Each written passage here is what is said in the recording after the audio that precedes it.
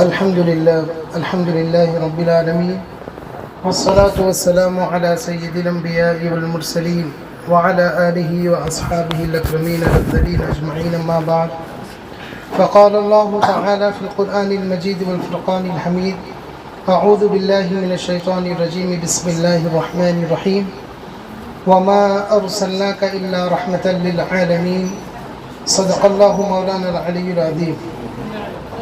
وقال تعالى في شان حبيبه: إن الله وملائكته يصلون على النبي يا أيها الذين آمنوا صلوا عليه وسلموا تسليما. اللهم صل على سيدنا شفيعنا حبيبنا مولانا محمد وعلى آله وأصحابه وبارك وسلم. محترم بزرگان دین، نوجوانان اسلام، پیاری پردہ نشین مائیں اور بہنیں، نونہانان اسلام، السلام علیکم ورحمۃ اللہ وبرکاتہ. محترم بزرگان دین، میں آپ کے پاس زیادہ وقت نہیں لوں گا، بس مختصر سے وقت میں چند چیزیں بیان کر کے اپنی بات کو سمیٹ لوں گا، کیونکہ عشاء کی نماز کو بھی حاضر ہونا ہے، اس کو مد نظر رکھتے ہوئے، اور آپ لوگوں کا یہ شوق تھا، ہمارے حضرت معیز صاحب کا بھی یہ خواہش تھی کہ حاضر ہونا، تو آج وقت تھا تو میں بالکل بغیر کسی کوئی کوتاہی، کوئی سستی کیے بغیر میں حاضر ہوا. یہ میرے لیے میں شرف سمجھتا ہوں، کیونکہ یہ جو محفل ہے یہ نہ کوئی دنیاوی تقریب ہے، نہ کوئی مقصد اس سے جاہ و عظمت حاصل کرنا ہے، بلکہ یہ وہ محفل ہے جو بندہ جس عقیدت سے محفل رسول اللہ کی مناتا ہے، اس محفل میں رسول اللہ حاضر ہوتے ہیں. بس یہ غرض. اب دیکھیں، رسول اللہ صلی اللہ علیہ وسلم کے عظمت و شان کے متعلق رب تبارک و تعالیٰ نے فرمایا: ہم نے آپ کو سارے عالم کے لیے رحمت بنا کر بھیجا، تمام عالم کے لیے رحمت بنا کر بھیجا. تو وہ رحمت کے کئی پہلو ہیں. آج آپ کا یہاں پر جمع ہونا، یہ صاحب مکان کا یہ اہتمام کرنا، یہ بس کوئی مقصد نہیں ہے، بلکہ اللہ اور رسول اللہ کی رحمت اگر مل جائے، سمجھو دنیا کا مقصد مل جائے گا. یہ مقصد ہے. تو اس کی ایک پہلی، اس کے متعلق ایک حدیث شریف میں آپ کے سامنے بیان کرتا چلوں. اللہ کی جو رحمت ہوتی ہے، اللہ نے ایسے ہی اپنے نبی کو رحمت کا لقب نہیں دیا، بلکہ بخاری شریف کی حدیث ہے اور جلد اول ہے، اس میں یہ باب میں یہ بات نقل کی گئی ہے حدیث کہ رب تبارک و تعالیٰ جب جنتیوں کا حساب لے گا، جب جہنمیوں کا حساب لے گا، تو جنتیوں کو جنت میں ڈالیں گے اور جہنمیوں کو جہنم میں ڈالیں گے. تو اس میں کئی سال لگیں گے. تو اس میں سے وہ مرحلے کئی ہیں. ان مرحلوں میں سے ایک مرحلہ یہ ہے کہ اللہ تبارک و تعالیٰ جب جہنم میں دیکھے گا تو دیکھ کر فرشتوں سے فرمائے گا کہ ایک بندے کو جہنم سے نکالو. تو ایک بندے کو جہنم سے جب نکالیں گے تو وہ بندہ جہنم سے باہر، اب آپ کو معلوم ہے، اب آگ کے بھٹی کے قریب ہی جائیں گے کہ اگر کوئی بیٹھے گا، آدھا گھنٹہ بیٹھیں گا تو پسینہ پسینہ ہو جاتا. تھوڑی دیر باہر آئے تو اس کو رحمت دکھتی، باقی باہر کتنی ٹھنڈی ہوا آ رہی ہوگی. اب اس کو تو جہنم سے نکالا گیا. جب اس کو جہنم سے نکال کر رب کے بارگاہ میں پیش کیا گیا تو پھر اللہ کی رحمت دیکھے. اللہ جبرائیل امین سے فرمائے گا: جبرائیل دیکھو اس کے رجسٹر میں کچھ تو نیکی ہوں گی. جب رجسٹر اس کا کھولا جائے گا تو کوئی نیکی نہیں ملتی. یہ اللہ کے رحمت کے بہانے ہیں، اللہ بندوں سے چاہتا. جب اس کے رجسٹر کو کھول کے دیکھتے تو فرشتے فرمائیں گے: اللہ کچھ بھی نہیں ہے نیکی، پوری گناہوں میں مبتلا ہیں. تو رب پھر حکم دیتا، جب اس کے نام اعمال میں کوئی نیکی ہی نہیں ہے، چلو اس کو جہنم میں ڈال دو. جیسے ہی جہنم میں اس کو ڈالا جاتے رہتا، لے جایا جاتا، تو بندہ کمزور ناتواں ایسے اپنی نگاہوں کو پلٹا کے دیکھ کے کہتا: اے اللہ، میں تیرے رحمت والے نبی کا امتی ہوں. تو یہ فرماتا: تیرے نبی کو تو دنیا میں رحمت بنا کر بھیجا. اے اللہ، ہم تو سنے تھے تیری رحمت بہت بڑی ہے، تیری رحمت کو نہیں دیکھے تھے، تیرے نبی کے رحمت کو ہم نے دیکھا. آپ کے نبی ہمیشہ ہمارے نبی ہمیشہ ہمارے لیے یہ فرمایا کرتے تھے، اے اللہ میری امت کو بخش دے، میری امت پہ رحم فرما، میری امت پہ کرم فرما۔ اب وہ بندہ دو ہاتھ اٹھا کے کہتا اس رحمت والے نبی کا واسطہ، اے رحمان اللہ، میں نے تو سنا تھا تیری رحمت بہت بڑی ہے، تو کسی کو جہنم سے نکالے گا تو واپس نہیں لوٹائے گا، میں ایسا دنیا میں سنا تھا۔ جب یہ سنتا تو رب کو بھی رحم آ جاتا۔ رب فرماتا فرشتے اب دستور بدل دو، اب نام اعمال کو مت دیکھو، اب کی اس کے رب کے کرم کو دیکھو، اب بغیر حساب کے اس کو جنت میں داخل کر، اب اس کو جنت میں داخل کر دیا گیا۔ تو کہنے کا مطلب ہم جو یہ محفلیں سجاتے، مقصد یہ ہے کہ رسول اللہ جو ہمارے لیے رحمت بنا کر بھیجے گئے، رحمت کا مطلب، ہم رحمت کے مطلب کو بھی سمجھنا۔ رحمت کا مطلب کیا ہے؟ رحمت کا مطلب یہ ہے کہ ہم نہ انسانوں پہ ظلم کرنا، نہ جانوروں پہ ظلم کرنا، نہ درختوں پہ ظلم کرنا، نہ چرندے پہ ظلم کرنا، نہ حشرات الارض پہ ظلم کرنا۔ یہ ایک صاحب رسول صلی اللہ علیہ وسلم ایک مقام سے گزر رہے تھے تو درخت پہ دیکھے پرندے تھے، وہ پرندے کو اچھے دکھے، وہ پرندے کو لے کر اپنے مکان میں لے کر آ گئے۔ جیسے مکان پہ لے کر آ گئے وہ رکھ دیے۔ اب بچے، چھوٹے بچے پرندوں کو دیکھ کے خوش ہو رہے، ارے چھوٹے چھوٹے پرندے ہیں، اور وہ پرندوں کو خوش ہو رہے، ادھر اس کو کھیل لے رہے۔ پھر جب رسول اللہ صلی اللہ علیہ وسلم نے فرمایا ہمیں ایک جگہ سفر میں جانا ہے، تو وہ جو صحابی تھے جو پرندے لے کر آئے تھے وہ بھی رسول اللہ کے ساتھ آئے۔ جب آپ صلی اللہ علیہ وسلم اور پورے صحابہ راستے میں جا رہے تھے، جیسے ہی راستے میں ادھر گزر رہے تھے تو پورے صحابہ، ادھر ابو بکر صدیق رضی اللہ تعالیٰ عنہ، عمر فاروق رضی اللہ تعالیٰ عنہ، عثمان غنی رضی اللہ تعالیٰ عنہ، علی مرتضیٰ رضی اللہ تعالیٰ عنہ، پورے صحابہ کا جھرمٹ میں آپ صلی اللہ علیہ وسلم آگے بڑھتے بڑھتے جا رہے ہیں۔ جیسے ہی آگے بڑھتے ہوئے جانا تھا، ایک مقام پر آپ بیٹھ گئے تاکہ تھوڑا آرام فرما لیں۔ جیسے ہی آرام فرما تھا، کیا دیکھتے ہیں کہ آپ نے دیکھا کہ آپ کے سر کے اوپر ایک پرندہ آ کے منڈلا رہا، ایک پرندہ آ کے وہ سرکار دو عالم صلی اللہ علیہ وسلم کے اطراف گھوم رہا ہے۔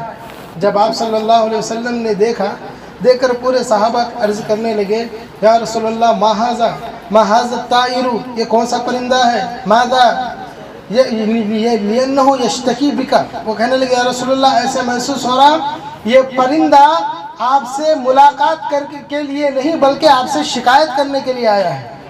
تو یہ دیکھ کے رسول اللہ صلی اللہ علیہ وسلم عرض کرنے لگے، اے میرے صحابہ، یقیناً یہ جو پرندہ ہے یہ کوئی پرندہ نہیں ہے، یہ ایک ماں ہے، اس کے بچوں کو میرے صحابی ان کے گھر لے گئے ہیں، یہ پرندہ مجھ سے فریاد کر رہا ہے، اے نبی تم تو رحمت والے نبی ہو، یہ تمہارے صحابی میرے بچوں کو مجھ سے چھین لیے، تمہاری رحمت کہاں ہے؟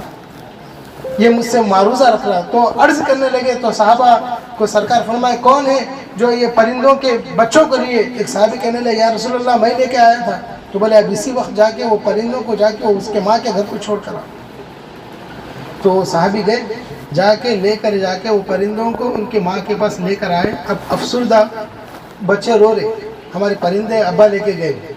اب جب یہ لے کے آئے تو رسول اللہ صلی اللہ علیہ وسلم صحابی کو دیکھے بولے صحابی کیا ہوا؟ اِنَّ طِفْلَيَّ یبکیان، میرے بچے رو رہے یا رسول اللہ، وہ پرندے لے گئے بولے۔ تو بولے سنو، تم ایک یہ چوزوں کو، یہ معصوم بچوں کو اپنے ماں سے ملائے ہو، اس کا اجر اللہ ایسا عطا فرمائے گا کل قیامت میں تمہارا ہاتھ میں پکڑ کے اس بدلے میں تم کو جنت میں داخل کروں۔ تو یہ رحمت جو ہے یہ معمولی چیز نہیں ہے۔ آج معاشرے میں آج ہمارے پاس سے رحمت ختم ہو رہی، ہم میلاد منا رہے، ہر سال رسول اللہ کا میلاد منا رہے، لیکن رحمت کے مطلب کو نہیں سمجھ رہے۔ وہ کیسا ہے؟ بچہ غلطی کر رہا، سب کے سامنے ڈانٹ رہے، یہ رحمت نہیں ہوتی۔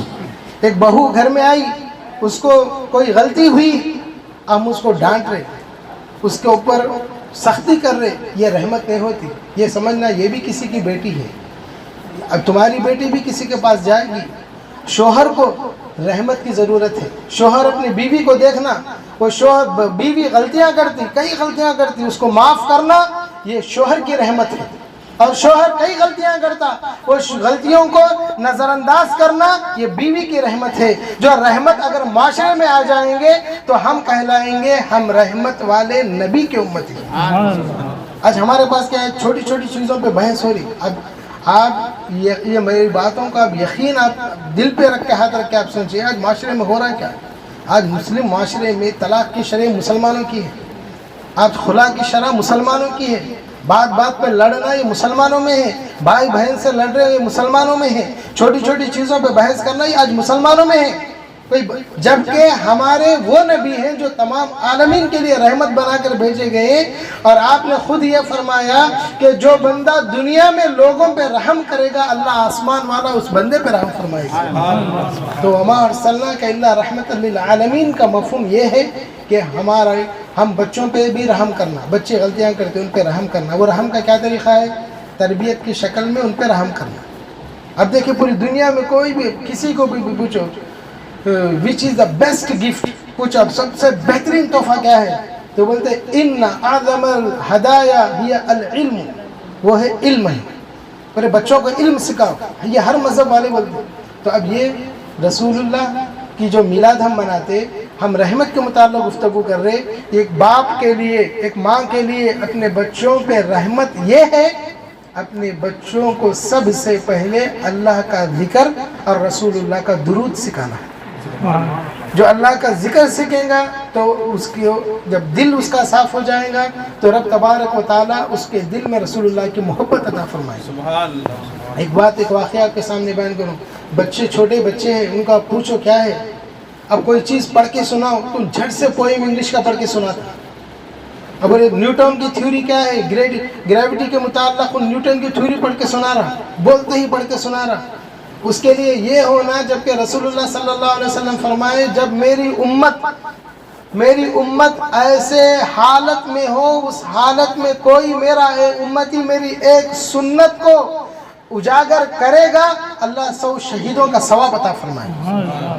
یعنی ایک سنت کو جو جگائے گا اللہ اس کے 100 شہیدوں کا ثواب عطا فرمائے گا۔ کئی سنتیں ہیں، من جملہ ان میں سے اپنے بچوں کے تربیت کے اوپر غور و فکر کریں آپ۔ سب سے پہلے درود شریف، اللہ کا ذکر تو کرنا ہی ہے، اللہ کے ذکر کے ساتھ درود شریف آپ بچوں کو سکھاؤ۔ صبح اٹھتے ہی ادھر ماں تیاری کر رہے ناشتہ بنانے کی، ادھر باپ تیاری کر رہے اس کی بیگ جمانے کی، کپڑے استری کرنے کی، نہیں معلوم کیا بڑا بن کے ہونے کیا والا ہے، نہیں معلوم، ڈاکٹر بنتا نہیں معلوم، انجینئر بنتا نہیں معلوم، کچھ نہیں معلوم، لیکن تیاری کر رہے، فیس 25,000 بن رہے، 50,000 بن رہے، سوچ رہے نہیں کیا بولے تو میرا بچہ اچھا بننا، بڑا بننا۔ ارے آپ یہ بھی سوچو کہ جب قیامت ہوگی، قیامت برپا ہوگی، تمام لوگ نفسا نفسی کے عالم میں ہوں گے، چند ایسے چہرے ہوں گے جن کے چہرے چاند سے زیادہ روشن چمکدار نظر آئیں گے۔ لوگ بولیں گے یہ کون ہے؟ تو بولے یہ وہ لوگ ہیں جو دنیا میں رسول اللہ پہ کثرت سے درود شریف پڑھا کرتے ہیں۔ تو اپنے بچوں کو درود شریف سکھاؤ، جتنا درود شریف سکھائیں گے اپنے بچوں کو، ان کے دلوں میں اللہ تبارک و تعالیٰ نور کو عطا فرمائے گا۔ کیونکہ اب ہمارا مقصد کیا ہے؟ اب دیکھو کوئی بھی کیا کرتے، میلاد مناتے، میلاد منا کے کیا کرتے، سب سے پہلے درود شریف پڑھتے، رسول اللہ کے فضائل سنتے، رسول اللہ کے عظمتوں کو سنتے۔ من جملہ ان میں سے ایک عظمت، ہم جبھی بھی خود ہمارے بچے ہمارے اولاد کو درود شریف پڑھنا، چھوٹا بھی کوئی بھی درود صلی اللہ علیہ وسلم یہ درود شریف ہے۔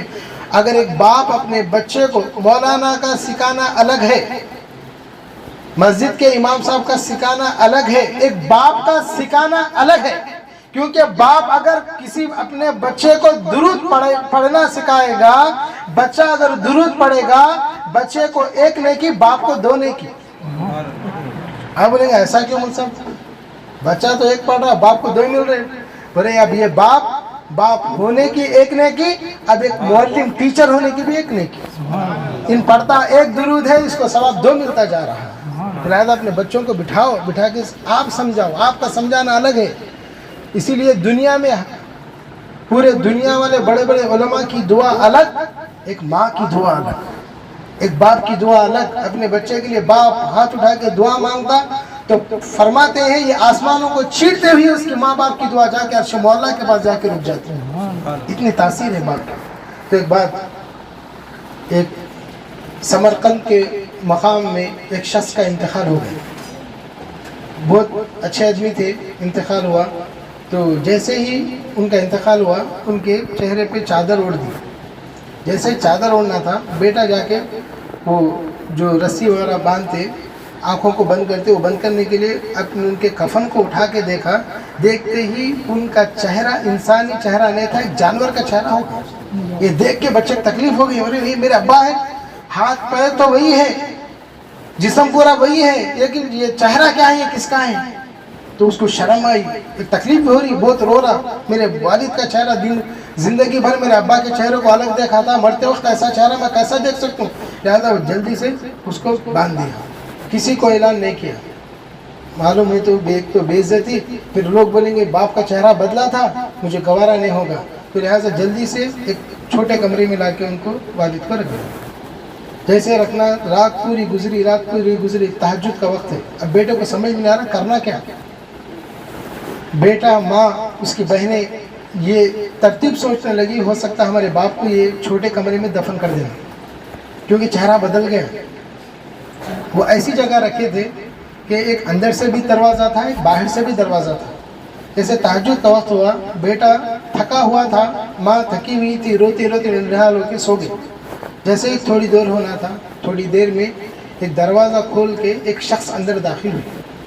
جیسے ایک شخص اندر داخل ہوئے تو نورانی چادر ہے، ان کے چہرے پہ نورانی چادر ہے، ایک سفید کپڑے۔ بیٹا چمک کو دیکھ کے اٹھ گیا، اٹھ کے دیکھ کے بولا، حضرت ہم پورے سمرقند والوں سے ہمارے باپ کے چہرے کو چھپا رہے، آپ یہ پیچھے سے دروازے سے آ کے ہم کو کیوں ذلیل کرنا چاہ رہے؟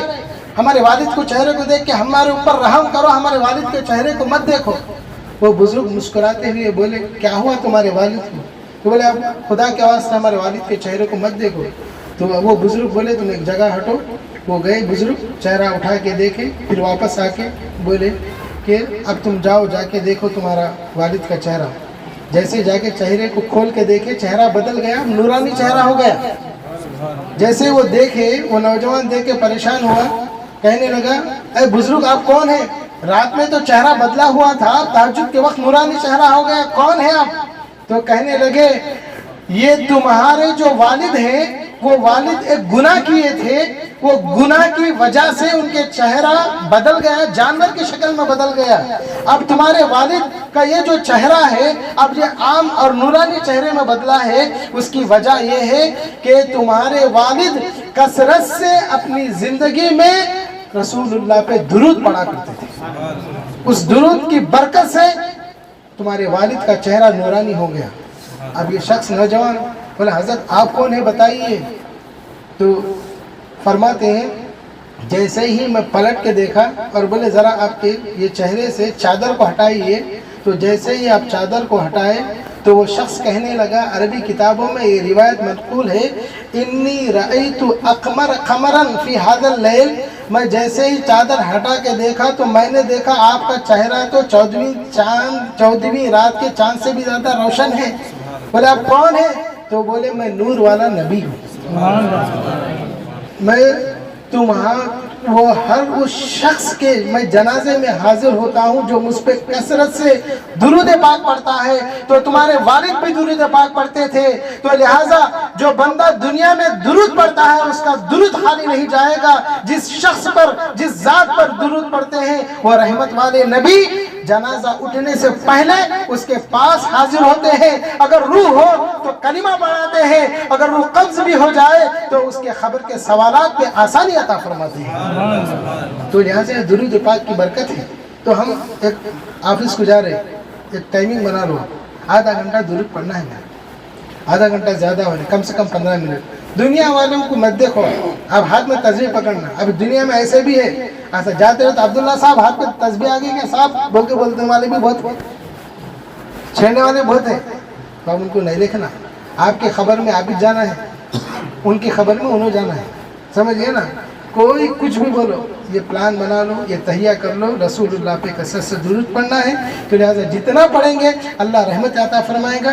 یہ چند چیزیں تھے جو آپ کے سامنے بیان کی گئی۔ آخر میں اللہ تعالیٰ سے دعا ہے، اے اللہ ہم تمام مومنین کو رسول اللہ کی ہر سنت پر ہمیں عمل کرنے کی توفیق عطا فرما، اور آپ کی جو رحمت کی تعلیم ہے مولا ہمارے معاشرے میں اس تعلیم کو ہمیں عام کرنے کی توفیق عطا فرما، غریبوں کی مدد کرنے والا بنا، لاچاروں کا تعاون کرنے والا بنا، بڑوں کا ادب کرنے والا بنا، چھوٹوں پہ شفقت کرنے والا بنا۔ اے اللہ اس مکان میں جو اہتمام کیا گیا ہے مولا، ان تمام گھر والوں کو، ان کے مائیں بہنوں کو، بچوں کو، سب گھر والوں کو، خاندان والوں کو اے اللہ صحت کاملہ نصیب فرما، عافیت سے سرفراز فرما، اے اللہ ان کے گھروں میں برکتوں کا نزول فرما، ان کی کمائیوں میں برکتیں عطا فرما، اے اللہ زمینی اور آسمانی بلاؤں سے اللہ ان کو محفوظ فرما، اے اللہ ان کو اسی طرح رسول اللہ کی محبت کرتے ہوئے دوسروں کو کروانے کی توفیق عطا فرما، ہمیشہ ان کے اور ہم سب کے نسلوں میں مولا رسول اللہ کا درود ہمیں ہمیشہ پڑھنے والا بنا۔ اللہ جاوید صاحب جو وینٹیلیٹر پہ ہیں مولا وہ بہت تکلیف میں ہیں مولا، ان کو صحت کاملہ عاجلہ سے سرفراز فرما۔ اے اللہ یہ میلاد کا موقع ہے، یہ نورانی سما ہے، تیرے نور والے نبی کا واسطہ مولا جو دنیا میں طبیب عالم بنا کر بھیجے گئے تھے، اس طبیب کا واسطہ مولا، اس نورانی طبیب کا واسطہ مولا ان کو صحت سے سرفراز فرما، ان کے تکالیف کو دور فرما، ان کے پریشانیوں کو دور فرما، ان کے گھر والوں کو ہمت و علوی ہمت عطا فرما، اے اللہ ان کو بہتر انداز میں ان کے مولا جلد سے جلد وہ صحت یاب ہونے کی توفیق عطا فرما، صحت یاب ہو کر مولا تیرے دین کا کام کرنے کی توفیق عطا فرما۔ اے اللہ اس محفل میں جو لوگ حاضر ہیں مولا ہاتھ اٹھا کر دعا مانگ رہے ہیں مولا ان تمام لوگوں کی جائز مقاصد میں کامیابی عطا فرما، اے اللہ ہمیں اسی طرح رسول اللہ کی محافلوں کو سجانے کی توفیق عطا فرما، جو بھی لوگ جہاں بھی جس مقام پہ بھی محافل سجائے ہیں مولا ان کے محفلوں کو قبول فرما، رسول اللہ کی حاضری کے ذریعے ہمارے سینوں ہمارے زندگیوں کو منور فرما، اے اللہ فلسطین کے مسلمانوں کی جان مال عزت و آبرو کی حفاظت فرما، اے اللہ ان کی بھی غیب سے مدد فرما، اے اللہ انہیں کوئی اسباب مہیا نہیں ہے لیکن کتنے عشاق ہوں گے مولا، پہاڑوں میں تیرے نبی کا میلاد منا رہے ہوں گے، کوئی جنگلوں میں میلاد منا رہے ہوں گے، کوئی سمندروں میں میلاد منا رہے ہوں گے، تو مولا غرض کے جو بھی جہاں بھی میلاد مصطفیٰ منا رہے ہیں مولا ہمیں نور مصطفیٰ نصیب فرما، اے میرے مولا ہمیں رسول اللہ کی معیت جنت میں نصیب فرما،